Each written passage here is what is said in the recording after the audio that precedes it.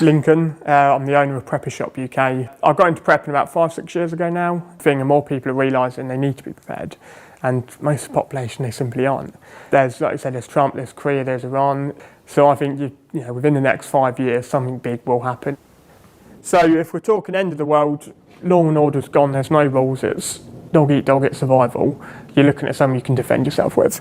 So the first thing people normally look at is crossbows, because they're virtually silent. So you're using it almost as you would with a gun, and you could hunt with it, you could defend yourself. The more novelty items, you've got your unbreakable baseball bats, so you could defend yourself, you could break down someone's door with it. And then you've got your swords as well for the Walking Dead fans to match. And we've got knives. The knives are obviously multi-purpose. Your standard, what you would use them for is bushcraft and hunting and stuff. The knife needs at the end of the world. You go for a K-bar. Issued to the US military, so you know they're good. You know they're designed for it. It's ideal, you can defend yourself with it, you could hunt, it's a tool, you can do it. You know, it's got endless capabilities, it's going to last there. Bloody perfect sort of thing. I'll cut that one. Keep that one. The general perception is that preppers are nutters full of conspiracy theories and, you know, these lonely solitude people that no one talks to and you don't want to go near, but it couldn't be far from the truth. They're generally normal people. Then preparing for the worst, it's not waiting for it to happen, they're not desperate for it to happen, it's just a backup plan. It's like buying life insurance. You never intend to use it, but it's there if you need it. Okay, it's a bit untidy at the moment because I've been actually moving the stuff around. Different cutting utensils here, survival tin with a few bits and pieces. Simple punch bag, keeps you fit. I was involved with martial arts when I was a teenager and I really enjoyed the challenge, the physical challenge. 20 litre jerry can to transport water. So we got shelter, water and food, and these are aspects of that principle. So depending on the situation, if I knew there was a bug out scenario where I had to support and work with more than 2-3 people, I would take this fishing bivvy. Okay, as a last resort, if my domestic home base was at threat or it was just unsafe for any reason to actually stay at home, then I'd go to a bug out location. I've chosen a waterway route because the waterways, you've got access to water that you can treat, you've got wildlife in a survival situation, you know, if you need to procure food for your quarry. So the location that I'd actually be using is a waterway where I'd actually be using the canoe to actually get to the bug out location. We've arrived at the put-in, which is a location on the river which is most appropriate for the sort of bug out scenario that I'm going to be doing. Here I've got the inflatable canoe. This is actually my own design, which I got specifically made for the purpose of the activities that I do. Here in the kit bag is all the stuff related to canoe, the paddles, the flotation device, booster seat. And in a societal breakdown, or what you might class as an end-of-world scenario, where one would literally have to get out of Dodge, this will be the kit that will be appropriate for what I'd need to do.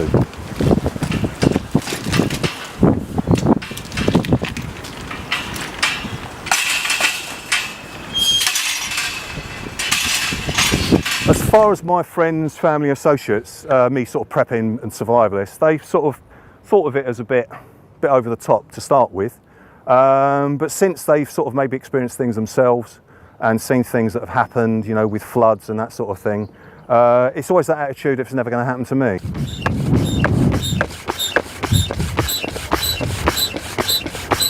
You know, I sort of practice it, but even just saying principle, the apocalypse, end of world scenario, was never going to exist. I'd be doing all this anyway, because I enjoy being out, I like being out in the outdoors, nature and that sort of thing.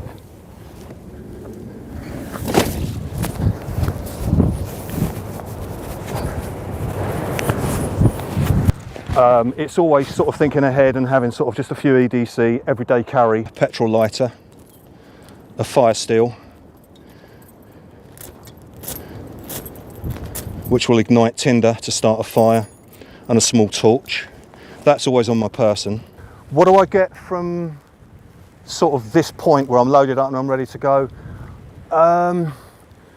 It's not excitement, it's not a gung-ho feeling, actually it's a sense of, in a weird way, for me personally, harmony.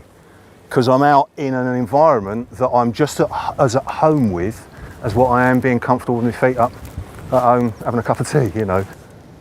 Okay, in situations like this, I've said it before, but I've got to go now, chaps, because I've got to go and bug out big style.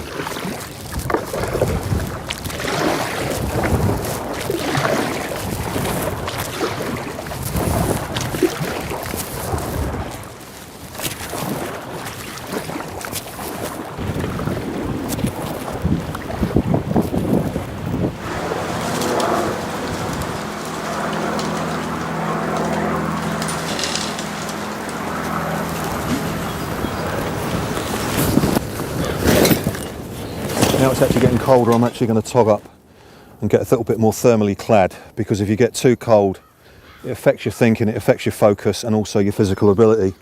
So I'm now going to just tog up, because obviously now I'm a bit more stationary. First thing to do, as always advisable, is just set up your shelter so you've got the protection. Also, I've got some tools in there as well. Saw, knife, spade for digging holes for the fire pit. I want to filter and boil some water and have a bit of a solar shower as well. So, you know, hygiene is important as well. Instant food bag, so I've got food here which could last me for 48 hours straight off. And then I've got a cache which is buried nearby, but I'd appreciate it if you didn't actually follow where I'm going to get it from, because before, when I've sort of made it public on certain locations of buried cache, they've been dug up and found by people. So what I'm going to do is now just go and find it and bring it back and show you what it consists of.